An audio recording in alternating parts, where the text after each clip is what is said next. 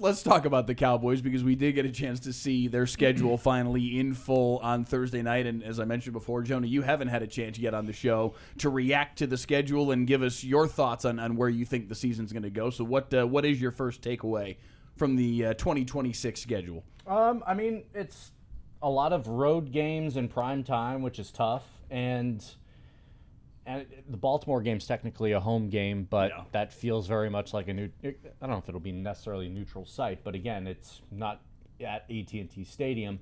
Still, when I go through the entire schedule, I feel like this is a 10 to 11 win. I don't know what Vegas has it at, but I would put it at probably 10.5 because I came out to 11-7, kind of going through each game, but I wouldn't be shocked if it was 10-8. Or if the defense is really good, then maybe they're closer to 12-5. So do you have them losing the bye week as well if they're going 10-8? What did I say? 10-8, 10-7, 11-6, somewhere in that range. But the spirit of Zeke is strong in this place.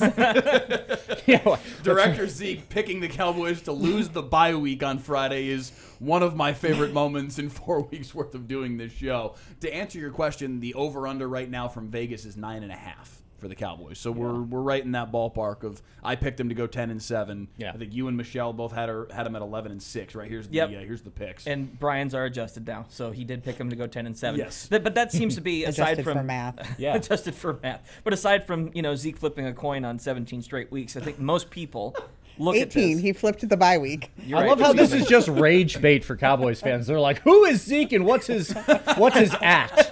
I need to send some strongly worded DMs to Zeke. What's Ezekiel Elliott's handle? Yeah, right.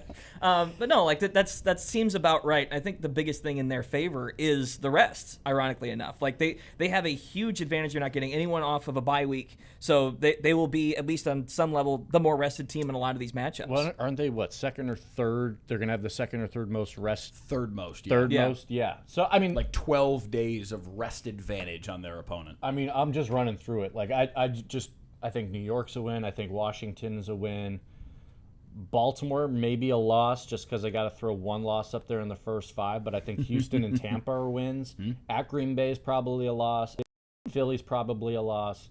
Win against Arizona, win in Indy, loss to San Francisco, beat Tennessee, beat Philly at home, lose to the Super Bowl champion Seahawks on Monday night in Seattle, lose to the Rams. Oh, interesting. Okay. And then beat Jacksonville, New York, and Washington to end the season. Again, so that's 11-6, as I just counted it out as you were doing it. Yeah. So, but predictions are futile in May.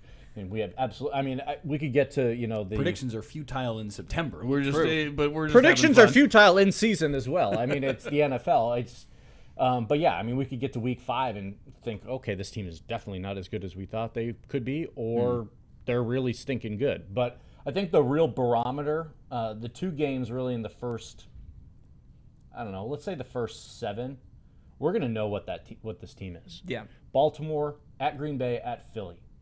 Within those first 7 games. By then, we'll have a pretty good idea, just if this team can compete against some of the other big dogs. But I think very different from last year, where we all looked at that monster stretch halfway to 2/3 of the way through the season. We're like, okay, if you don't stockpile wins by the time you get to here, you're basically toast.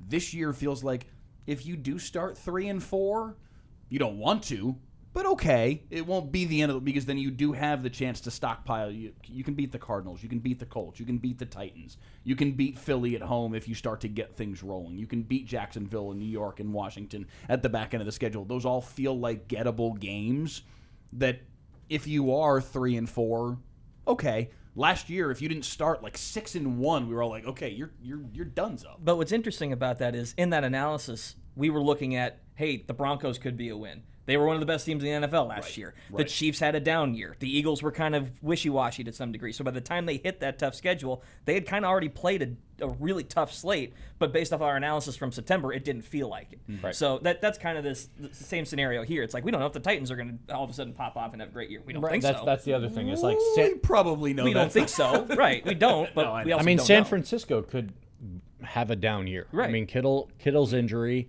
their receiving core is revamped and different. But again, it's Kyle Shanahan, and the Niners pretty much own the Cowboys the last 10-plus years. Yeah. But the stretch really that I've got my eye on is Thanksgiving in Week 12, home against Philly. Then Week 13 at Seattle, bye week 14, and then Week 15 at LA. Those 3 games are probably 3 of their top, 6 toughest. But they're doing Thanksgiving. It's at home. Yes. And then they've got extra rest time, not only till through that weekend, but then it's a Monday night game, so it's even an extra day of rest to go face the Seahawks. Then you have a whole bye week, and then you go back out to LA to face the Rams. So it's not like they're stacked on top of each other. I mean, it's about as good as you could draw up for that stretch. It feels like an apology for last year. It was like, we're just going to give you the Super Bowl teams back-to-back in 4 days. Like that's essentially what it feels like. And again, they're going to go through that stretch. They get all the rest in the world. Then they come back, host Jacksonville, and they end against the 2 weaker of the 2 division teams. That's if you were going to give them a positive slate, that's how you would do it. And that potentially dovetails its way into the possibility, anyway, for them to at least appear hot going into the playoffs. Like the way that I had it picked, I had them going 5-2 down the stretch. And those 2 losses were to the top 2 teams in the NFC, in Seattle and LA, at least from a year ago, and it looks that way coming into the 2026 season. But I feel like if they're playing some good ball at that point, I picked both of those losses to be close losses. If we're standing here on January 15th or whatever it would be after the season is over, and they have gone 5-2 down the stretch, and they've got 2 closest to Seattle and LA as their 2 losses in that stretch, we're all probably thinking, this team's playing some really good football going into the postseason, and that's where you need to be. So it at least sets up for the possibility that they could be in that space and have some semblance of momentum down the stretch. Yeah, I mean, and they're going to face all the powers, right? Like, we're going to see how they stack up against the entire NFC. They got 2 against Philly. They're going to face the Rams. They're going to face Seattle. They're going to face San Francisco. I mean, it's not easy, but at least we're going to know how they it's not one of the this is the thing, strength of schedule, people always get worried about it, like, oh, we have our strength of schedule is so hard. At least you know where your team stacks up, and if they can beat those teams, it helps you out in the standings, puts you in better position for potentially home field advantage, and come playoffs you have some data on them. You know matchups, there's tendencies, as opposed to going in blind facing some teams. So the strength of schedule, I don't necessarily care too much about it. Plus, you have an entire season to play out. Injuries happen. Things change. The team that you expect to see in week 15 might not be the team that you actually meet then. And also from last year, and this happens a lot, where last year there were 2 great teams in the NFC, and they just happened to be in the same division with the Rams and Seahawks.